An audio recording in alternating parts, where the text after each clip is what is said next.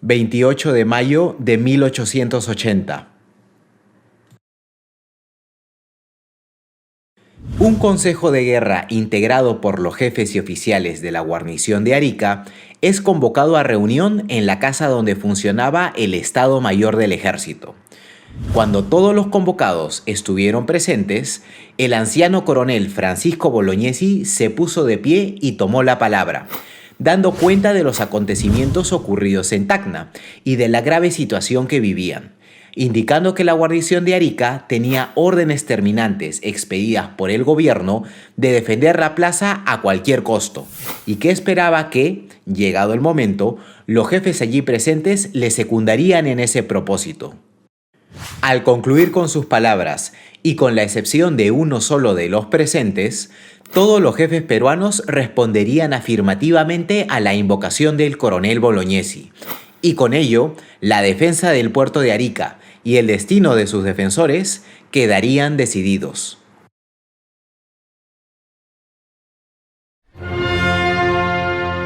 La historia como no te la contaron presenta Guerra del Pacífico, la batalla de Arica. Parte 1. Asedio.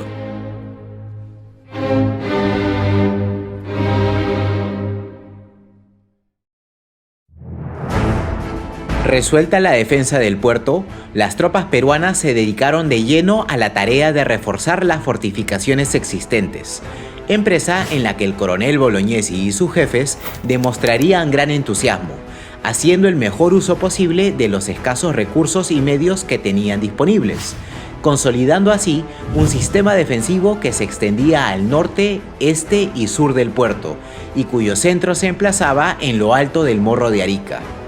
El dispositivo defensivo ubicado al sur de la plaza fortificada de Arica estaba integrado de 3 líneas defensivas. La primera línea estaba conformada por los fuertes Ciudadela y Este, reductos rectangulares con muros de entre 4 a 6 metros de altura, construidos casi enteramente con sacos de arena y emplazados sobre elevaciones naturales del terreno, contando cada uno de ellos con la protección de 3 cañones fijos. En una segunda línea defensiva, a mitad de camino hacia el morro, se emplazaban diferentes parapetos y trincheras de 1 metro de alto, en las cimas y los alrededores de los cerros La Cruz, Las Cabras y Morro Gordo. Finalmente, la tercera línea defensiva se emplazaba en la cima del morro y estaba conformada por 2 baterías.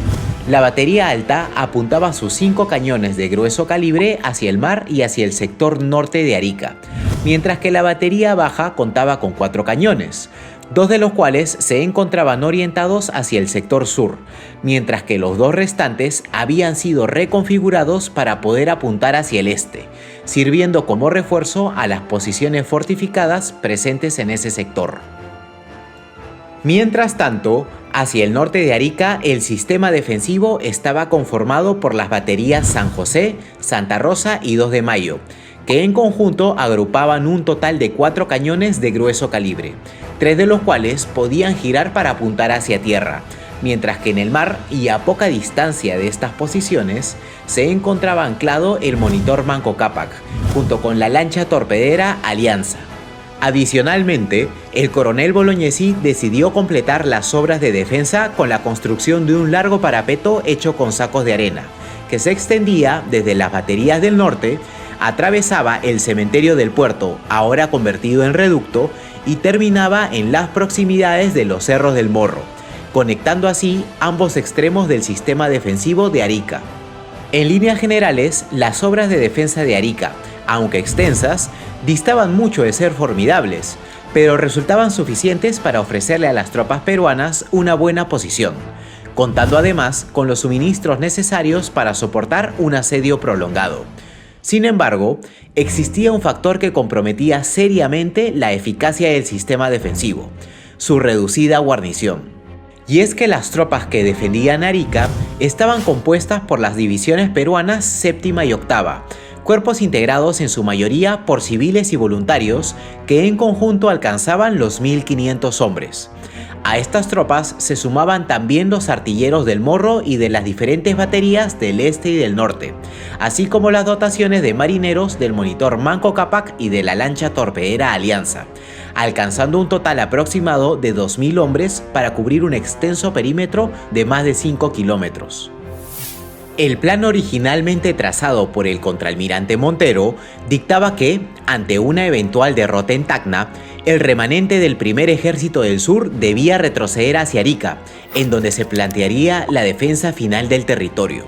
Sin embargo, desde la ocurrencia de la batalla en el Alto de la Alianza, el coronel Bolognesi no había recibido noticias ni comunicaciones oficiales de Montero ni de las fuerzas de Segundo Leiva, dejando al puerto con un número insuficiente de tropas para cubrir adecuadamente todas las posiciones defensivas. Para intentar solucionar parcialmente esta situación, Bolognesi encargó al ingeniero militar Teodoro Elmore el tendido de minas en diferentes zonas ubicadas tanto en el perímetro externo de las defensas como en las líneas de parapetos y en los polvorines de todas las baterías y reductos, con la intención de que las diferentes guarniciones decidieran accionarlas en un último acto de resistencia en caso fuera inminente su ocupación por el enemigo. Terminado el minado de Arica, Bolognesi confiaría también a Elmore la destrucción de los puentes y vías ferroviarias que conducían a Arica, así como el sembrado de minas en la ribera norte del río Utah, buscando con ello ralentizar el inminente avance del ejército chileno, en tanto se esperaban órdenes y noticias del gobierno y de las fuerzas de auxilio. Mientras tanto, en Tacna, el general Manuel Baquedano, informado de que las fuerzas peruanas se habían retirado hacia Pachía con el supuesto propósito de rehacerse y continuar la resistencia, enviaría el 28 de mayo a la división de reserva al mando del coronel Pedro Lagos para que inspeccionara la región, mientras que en paralelo enviaba a un escuadrón de carabineros de Yungay a explorar las vías de acceso hacia Arica. Ya para el 31 de mayo, Lagos regresaría a Tacna habiendo hecho algunos prisioneros, confirmándole a Baquedano la inexistencia de fuerzas capaces de ofrecer resistencia, mientras que la vanguardia enviada al sur daba cuenta de la destrucción de la línea férrea y del enlace establecido con la escuadra bloqueadora de Arica, movimientos que no pasarían desapercibidos por el coronel Bolognesi, quien informaría al gobierno de la inminente aproximación del ejército chileno, invocando además al coronel Segundo Leiva a apresurar su marcha para unirse a los defensores de Arica. Convencido del verdadero alcance de su victoria en el campo de la Alianza, el general Baquedano dirigió su atención a la parte del problema pendiente de resolver, la toma de Arica.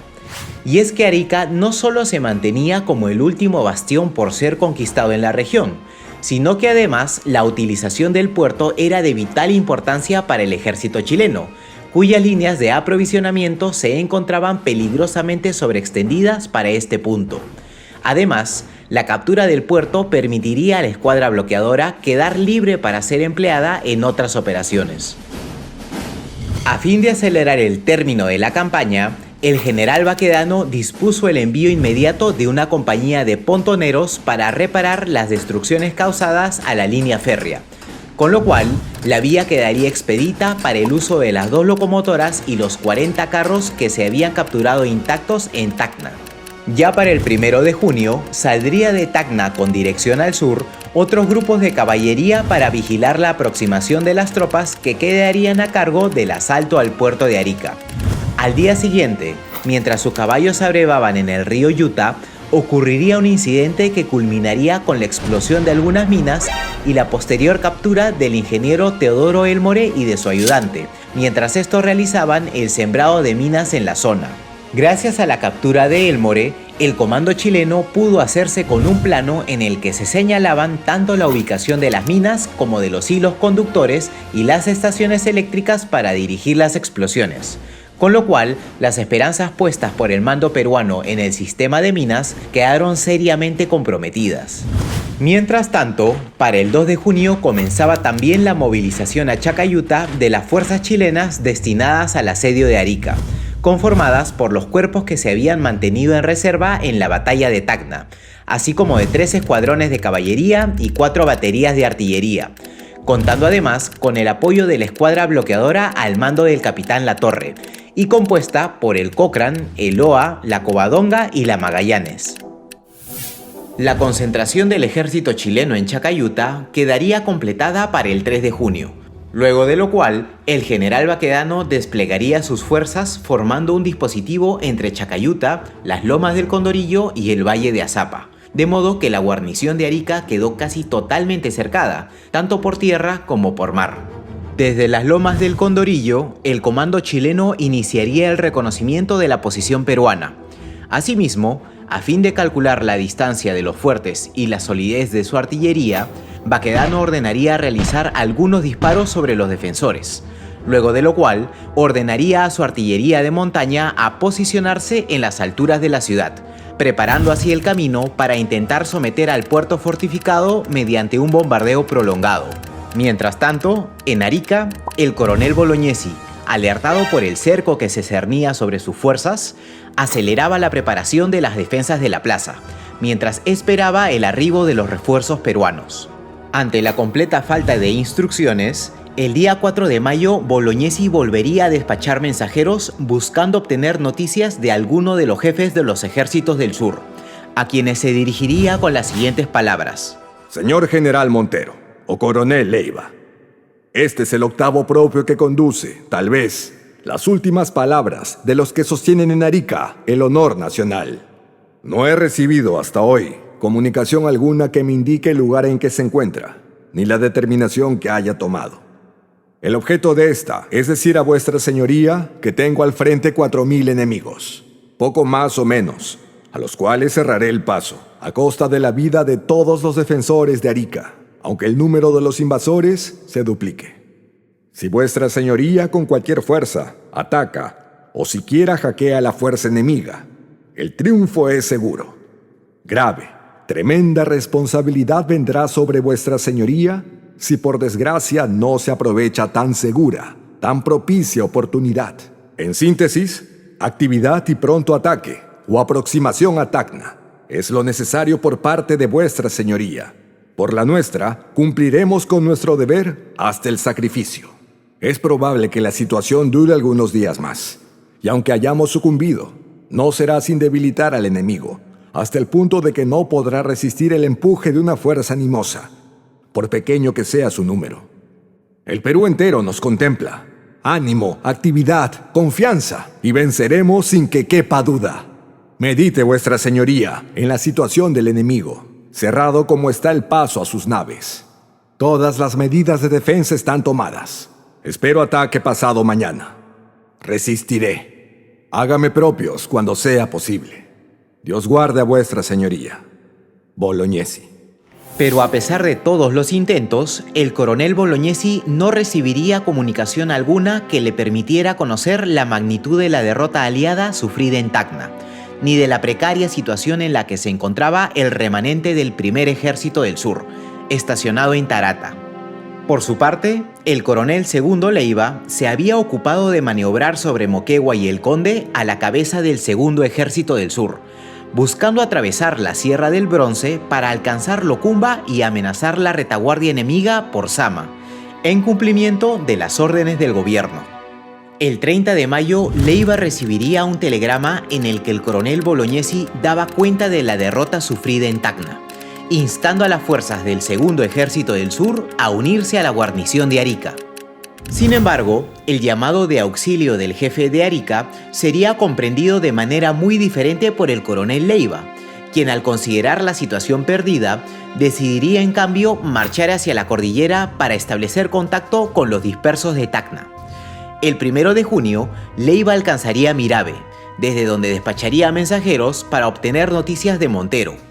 Pero al ser informado de la total aniquilación de las fuerzas del sur y de la completa ocupación de Tacna, Segundo Leiva decidiría emprender el camino de regreso a Torata, desvaneciendo con ello cualquier posibilidad de auxilio para los defensores de Arica. Mientras tanto, en el campamento chileno se concretaba el reconocimiento de las posiciones fortificadas y el sitio de la ciudad por sus 4 costados, por lo que las fuerzas chilenas se alistaron para someter al puerto. Pero antes de proceder con el asalto de Arica, el general Baquedano deseaba probar un medio alternativo para apoderarse de la plaza. Y es que el comandante en jefe del ejército chileno consideraba que la resistencia peruana no tenía esperanza alguna de éxito, debido a su evidente inferioridad numérica, por lo que veía factible proponerle a los defensores la rendición de Arica, librándose así ambos bandos de sufrir las pérdidas humanas que indudablemente resultarían del asalto a una posición fortificada. Con tal objeto, el general Baquedano decidió enviar una comisión presidida por el sargento mayor de artillería Juan de la Cruz Salvo, con instrucciones de presentarse ante el comandante de Arica y solicitarle la rendición incondicional de la plaza, ofreciendo a cambio las garantías de estilo para toda su guarnición.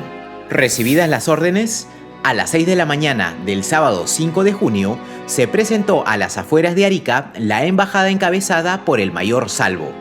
El grupo sería recibido por el teniente coronel Ramón Zavala, jefe del batallón Tarapacá, a quien le expondría el motivo de su presencia, pidiendo además ser llevado ante el comandante de la plaza.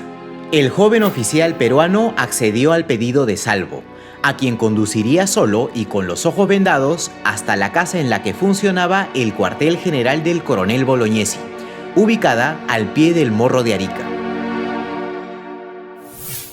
Llegado ante la presencia del jefe de la plaza, el coronel Francisco Bolognesi saludó al mayor Salvo, invitándolo a tomar asiento.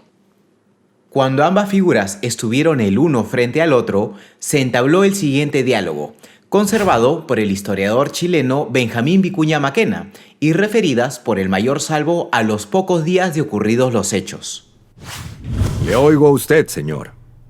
Señor, el general en jefe del ejército de Chile, deseoso de evitar un derramamiento inútil de sangre, después de haber vencido en Tacna al grueso del ejército aliado, me envía a pedir la rendición de esta plaza, cuyos recursos en hombres, víveres y municiones conocemos. Tengo deberes sagrados y los cumpliré hasta quemar el último cartucho. Entonces está cumplida mi misión. Lo que he dicho a usted es mi opinión personal, pero debo consultar a los jefes. Y a las 2 de la tarde mandaré mi respuesta al cuartel general chileno. No, señor comandante general, esa demora está prevista, porque en la situación en que respectivamente nos hallamos, una hora puede decidir la suerte de la plaza. Me retiro. Dígnese usted aguardar un instante. Voy a hacer la consulta aquí mismo y en presencia de usted.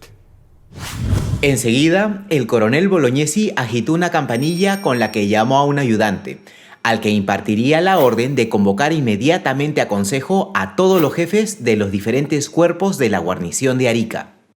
Ambos parlamentarios continuaron dialogando por espacio de algunos minutos, mientras comenzaban a entrar al salón los jefes peruanos, entre cuyas figuras estaba el antiguo comandante de la fragata Independencia, el capitán Juan Guillermo More, así como los coroneles Alfonso Ugarte, José Joaquín Inclán y Justo Arias y Aragüez, y los comandantes O'Donovan, Zavala y Sáenz Peña. Cuando estuvieron todos acomodados alrededor del salón, el coronel Bolognesi resumió en pocas palabras la misión del mayor Salvo, así como su petición de entregar la plaza y la respuesta que le había dado, luego de lo cual se dirigió a ellos con las siguientes palabras, recreadas por el teniente coronel Roque Sáenz Peña, testigo de la reunión, ciudadano argentino voluntario en el ejército peruano y posterior presidente de la República Argentina. Señores jefes y oficiales, estáis llamados a decidir con vuestro voto la suerte de esta plaza de guerra, cuya custodia os ha confiado la nación. No quiero hacer presión sobre vuestras conciencias, porque nuestros sacrificios no serían idénticos. Yo he vivido 63 años, y mi existencia no se prolongará por muchos días. ¿Qué más puedo desear que morir por mi patria y con la gloria de una existencia heroica que salvará el honor militar y la dignidad del ejército comprometido en esta guerra? Pero hay entre vosotros muchos hombres jóvenes que pueden ser útiles al país y servirlo en el porvenir. No quiero arrastrarlos en el egoísmo de mi gloria, sin que la Junta manifieste su voluntad decidida de defender la plaza y resistir el ataque.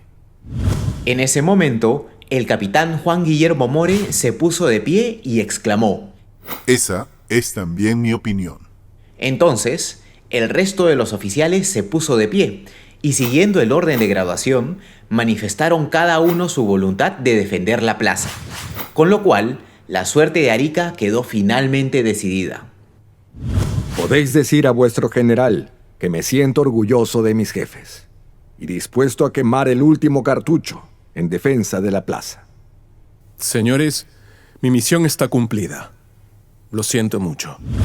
Obtenida la respuesta de los defensores de Arica, el mayor Salvo se despidió estrechándole la mano a los jefes peruanos una última vez, diciéndoles sin sarcasmo, pero con acentuación: Hasta luego.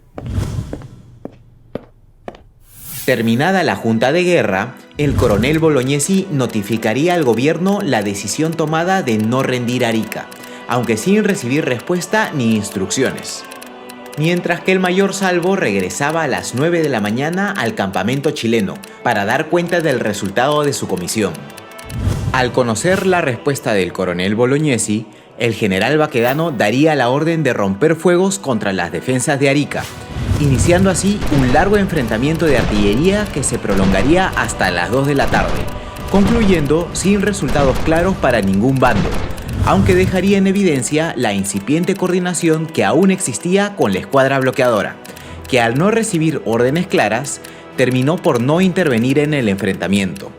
Esa misma tarde, el general Baquedano nombraría al coronel Pedro Lagos como jefe de la división chilena a cargo del asalto a Arica, luego de lo cual se retiraría al campamento establecido en Chacayuta. Al día siguiente, el coronel Lagos decidió continuar con las hostilidades, esperando con ello que los defensores peruanos, al ser obligados a batirse, obtuvieran la oportunidad de salvar el honor del ejército y desistieran finalmente del propósito de resistir ante un escenario sin probabilidades de triunfo. Para tal propósito, ordenaría un nuevo bombardeo sobre la plaza, esta vez contando con la participación de parte de la infantería y de la escuadra bloqueadora en su conjunto. A las 12:30 de la tarde, la artillería chilena y la escuadra bloqueadora dieron inicio al bombardeo general de Arica, causando la contestación inmediata de las baterías peruanas y del monitor Manco Cápac. En paralelo, algunas compañías de los regimientos Lautaro y Buin fueron desplazadas en dirección a las baterías del norte, iniciando un breve enfrentamiento con los soldados de los batallones Iquique y Tarapacá, que concluiría con el repliegue de las tropas chilenas. A pesar del prolongado enfrentamiento de artillerías, los daños generados sobre las defensas de Arica terminarían siendo de menor relevancia, mientras que los cañones peruanos lograrían acertar su fuego sobre el blindado Cochrane y sobre la Covadonga, obligándolos a retirarse del combate. Ya para las 4:30 de la tarde, se daría por concluido el bombardeo general de Arica, mientras que el coronel Bolognesi se apresuraba para enviar un último telegrama al prefecto de Arequipa, en el que daba cuenta del resultado favorable del enfrentamiento. Concluido el bombardeo, el coronel Pedro Lagos se volcó a la tarea de preparar el asalto definitivo sobre Arica, pero antes de proceder, decidió enviar a Teodoro Elmore en un último intento de intimar la rendición de la plaza, previniéndole además de que no podría responder de la actitud de los soldados si las minas llegaban a estallar. Elmore se presentaría a las 6 de la tarde ante el coronel Bolognesi, solicitándole por última vez entrar en arreglos con el ejército chileno, cubierto como se hallaba ya el honor nacional de las fuerzas defensoras luego de los 2 días de combates previos, y bajo el riesgo de que el enemigo actuara de manera barbárica ante la resistencia peruana. Sin embargo, luego de una detenida discusión entre todos los jefes allí presentes, el coronel Bolognesi se negaría a reconocer a Teodoro Elmore como parlamentario, por lo que lo enviaría de regreso al campamento chileno, indicándole contestar que solo estaría dispuesto a recibir parlamentarios en forma y con arreglo a las prescripciones militares. En un último acto de desesperación, Elmore revelaría a algunos de los jefes de Arica que el ataque principal no vendría por el norte, sino por el este, solicitándoles que se ocuparan de reforzar las defensas y la concentración de tropas en ese sector. Fallado el último intento de capitulación, Teodoro Elmore abandonaría Arica y regresaría a la medianoche al campamento chileno para transmitir la respuesta de Bolognesi, solo para advertir que las tropas del coronel Lagos ya habían abandonado sus carpas, dejando atrás únicamente los fuegos encendidos de sus fogatas. Cubiertos entre la neblina nocturna y avanzando en absoluto silencio, los soldados chilenos se apresuraron para tomar las posiciones señaladas para el asalto sobre Arica. El alba del 7 de junio marcará así el inicio de la batalla por la conquista del último bastión aliado en el sur del Perú. Muchas gracias por ver el 9º episodio de nuestro documental dedicado a la Guerra del Pacífico. Recuerden por favor seguir apoyándonos, dejándole un like al video o suscribiéndose a nuestro canal. Y si está dentro de sus posibilidades, también apreciaríamos muchísimo su contribución a través de nuestra página de Patreon, cuyo link podrán encontrar en la descripción de este video. Nos vemos en un siguiente episodio de La Historia como no te la contaron.